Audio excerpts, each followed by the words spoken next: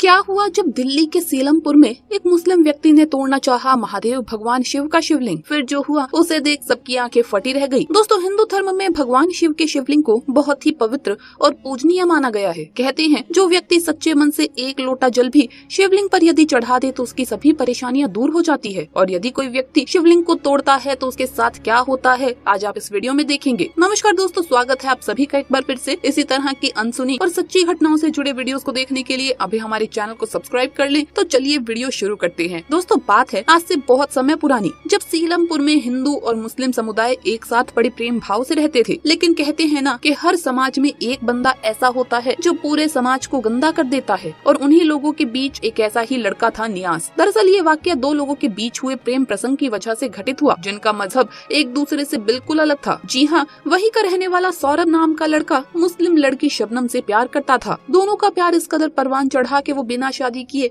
एक दूसरे को पति पत्नी मान बैठे। वहीं सौरभ के प्यार में दीवानी हुई शबनम ने बिना शादी किए उसका धर्म तक अपना लिया। उसने नमाज पढ़नी छोड़ दी, जिसके चलते उसके घर वालों को उस पर शक होने लगा। वो कोई न कोई बहाना बनाकर नमाज पढ़ने वाली बात को टाल देती। एक बार सावन महीने में शबनम घर से दूर शिवजी के मंदिर जा रही थी। उसे चोरी छिपे जाते देख शबनम के पिता को उस पर शक हुआ और वो उसका पीछा करने लगे। जब शबनम को उसके अब्बू ने शिवजी की पूजा करते देखा तो वो हैरान हो गए। उनके पैरों तले जमीन खिसक गई। जैसे ही शबनम शिवलिंग पर जल चढ़ाने लगी तो इतने में उसके अब्बू बड़े से पत्थर से शिवलिंग को तोड़ने लगे। गुस्से में आग बबूला शबनम के पिता ने काफी देर तक शिवलिंग पर पत्थर मारे, लेकिन शिवलिंग पर जरा सी खरोच तक नहीं आई। ये देखकर वहाँ मौजूद लोग दंग रह गए। शबनम के अब्बू को मारने पीटने लगे। वो जैसे तैसे अपनी जान बचाकर अपने घर पहुँचे। वो घर जाकर कुछ करते उससे पहले ही शबनम ने अपनी अम्मी को सारी सच्चाई बता दी। इसके बाद शबनम के अब्बू ने फैसला किया कि शबनम की शादी जल्द ही अपने समुदाय के किसी लड़के से करा देंगे। शबनम ने सौरभ को उस दिन की सारी सच्चाई बताई और अपनी शादी करवाने वाली बात को भी बताया, जिसके बाद दोनों ने फैसला लिया कि अब वो शादी पक्का करेंगे। लेकिन उनके पास दो रास्ते थे, या तो भागकर या फिर घर वालों की मर्जी से। सौरभ ने अपने घर में शबनम के बारे में सब कुछ बताया और ये भी बताया कि वो हिंदू धर्म को मेरी वजह से मानने लगी है। वो पूजा पाठ भी करती है। ये बात सुनकर सौरभ के घर वालों को काफी गुस्सा आया और उसके बाद लड़ाई झगड़ा करने लगे। सौरभ की माँ ने कहा कि हमारा बेटा इकलौता है और अगर इसे ये लड़की पसंद है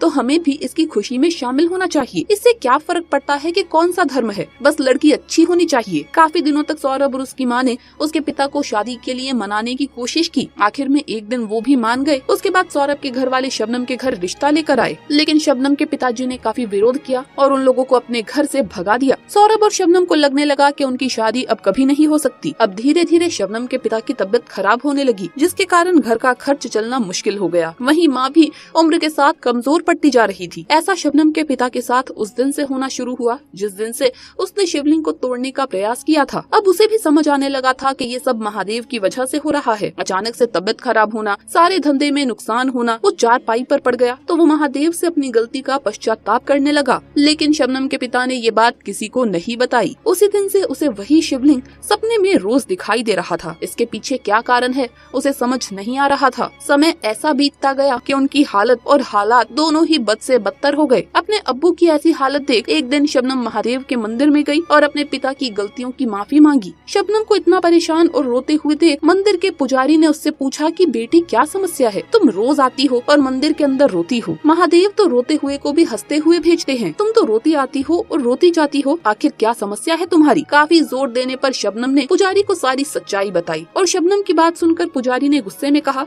तुम्हारे पिता ने घिनौना पाप किया है, उसकी माफी तो उन्हें महादेव ही देंगे, लेकिन तुम्हारी तकलीफ देखकर मैं ये गंगा जल दे रहा हूँ, जिसे अपने माता पिता को पिला देना। घर जाकर शबनम ने पिताजी और माता को सारी बात बताई और ये देखकर शबनम के पिता ने गंगा जल पीने के बजाय फेंक दिया, लेकिन शबनम की माँ ने पी लिया। कुछ दिनों तक शबनम रोज मंदिर जाती और गंगा जल लाती, लेकिन उसका पिता गंगा जल नहीं पीता, जबकि माता रोजाना गंगा जल पीने लगी। एक दिन वो स्वस्थ हो गई, लेकिन उसके पिताजी की हालत बिगड़ती चली गई। एक दिन जब शबनम के अब्बू शबनम से पानी मांग रहे थे तो शबनम ने उस पानी में गंगा जल डालकर अपने अब्बू को पिला दिया। दोस्तों, यकीन नहीं करेंगे आप, मात्र 2 दिन के अंदर ही शबनम के अब्बू पूरी तरह से स्वस्थ हो गए। जब शबनम के अब्बू को इस बारे में पता चला तो वो रोने लगे। भागे भागे महादेव के मंदिर में गए, जहाँ उसने महादेव के शिवलिंग को तोड़ने की कोशिश की थी। वो शिवलिंग के पास बैठकर रोने लगा, अपनी गलतियों की माफी मांगने लगा। 1 साल बाद शबनम की माता ने शबनम का विवाह उसके पसंद के लड़के सौरभ से करा दिया और अब तो शबनम के माता पिता भी हिंदू धर्म के भगवान भगवानों की पूजा अर्चना कर रहे हैं, खुशहाल जीवन व्यतीत कर रहे हैं। दोस्तों इसीलिए तो कहते हैं शिव की ज्योति से नूर मिलता है, सबको दिलों का सुरूर मिलता है, जो भी जाता है भोले के द्वार कुछ न कुछ जरूर मिलता है। तो दोस्तों वीडियो अगर अच्छा लगा हो तो इसे लाइक करें, अपने दोस्तों के साथ शेयर करें, और अगर आपने अभी तक चैनल को सब्सक्राइब नहीं किया है तो सब्सक्राइब करके बेल आइकन जरूर प्रेस कर ले। जल्द मुलाकात होगी अगली वीडियो में। हर हर महादेव, जय भोलेनाथ।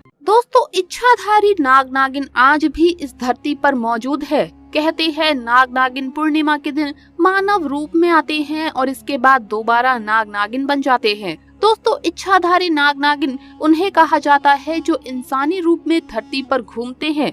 वो किसी भी वक्त किसी का भी रूप धारण कर सकते हैं और वो हम सब के बीच इंसान की तरह रह सकते हैं। दोस्तों ऐसा ही एक वाकया राजस्थान में देखने को मिला, जहां 5 साल की बच्ची की जान बचाने के लिए खुद इच्छाधारी नागिन आ गई, जिसे देख वहां खड़े सभी लोग हैरान रह गए। वीडियो शुरू करने से पहले एक बार सच्ची श्रद्धा से कमेंट बॉक्स में हर हर महादेव जरूर लिखें, ताकि भगवान शिव की कृपा आप पर और आपके परिवार पर बनी रहे। दोस्तों बात आज से कई साल पुरानी है, जब राजस्थान पूरी तरह से विकसित नहीं था।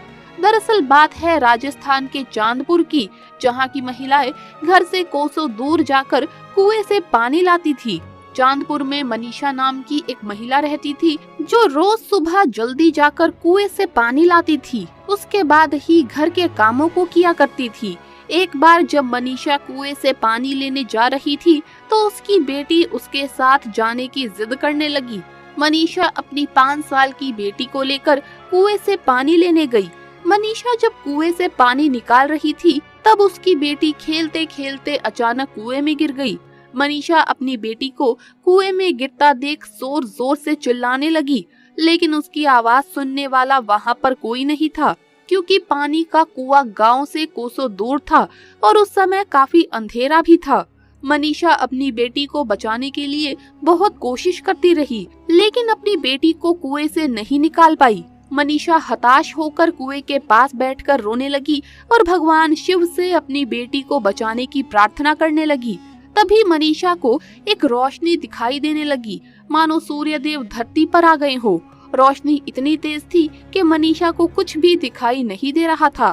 कुछ समय बाद जब रोशनी गायब हो जाती है तो वो देखती है कि एक बहुत ही सुंदर स्त्री ने उसकी बेटी को अपने हाथों में उठा रखा है। अपनी बच्ची को जिंदा देख मनीषा की खुशी का ठिकाना ही नहीं रहा।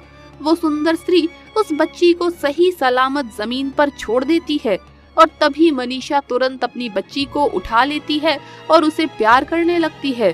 जैसे ही मनीषा ने उस स्त्री को धन्यवाद बोलने के लिए उसकी तरफ देखा तो वहाँ पर एक काली नागिन दिखाई दी। वो नागिन उसी कुएं के अंदर चली जाती है।